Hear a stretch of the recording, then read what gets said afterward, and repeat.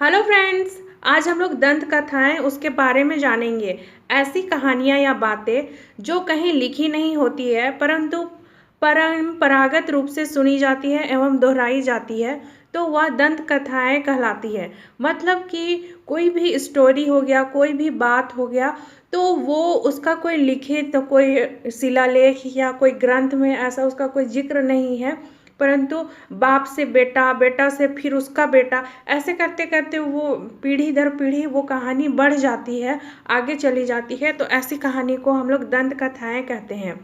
यह लोक कथाओं का ही एक रूप होता है। मतलब कि हम लोग जानते हैं कि मुंशी प्रेमचंद्र अपने साहित्य में बहुत सारे मतलब पात्र को लेते हैं, तो वो तो लिखे हैं, उनके पास बुक था उनका, वो पब्लिश कराए थे। लेकिन लोक कथा जैसे कि हम लोग घर आसपास में भी देखते हैं, अपने आसपास दादा दादी बहुत पुरानी बातों को बताते हैं, तो वो लोक कथा ही होती है, वो ओल्ड स्टोरी होती है। लेकिन उसका तो कोई लिखित प्रमाण नहीं होता, वो दादा जानते थे, दादा के दादा जानते थे, तो वो लोक कथा हुआ। तो ये दंत कथा भी लोक कथा के अंतर्गत आती है, उसी का एक रूप है जिसमें सच्चाई भी हो सकती है और नहीं भी हो सकती है। मतलब यह सच भी हो सकता है, मतलब कि हो सकता है कि दादा के दादा उस घटना को देखे हो, लेकिन ऐसा भी हो सकता है कि वो भी कहीं से सुने हो, शायद कोई उन्हें बताया हो। तो इसमें कोई मतलब कोई विश्वास नहीं कर सकता है कि सही में वाकई ये घटना घटी थी कि नहीं। तो ऐसा भी हो सकता है कि ये घटी हो,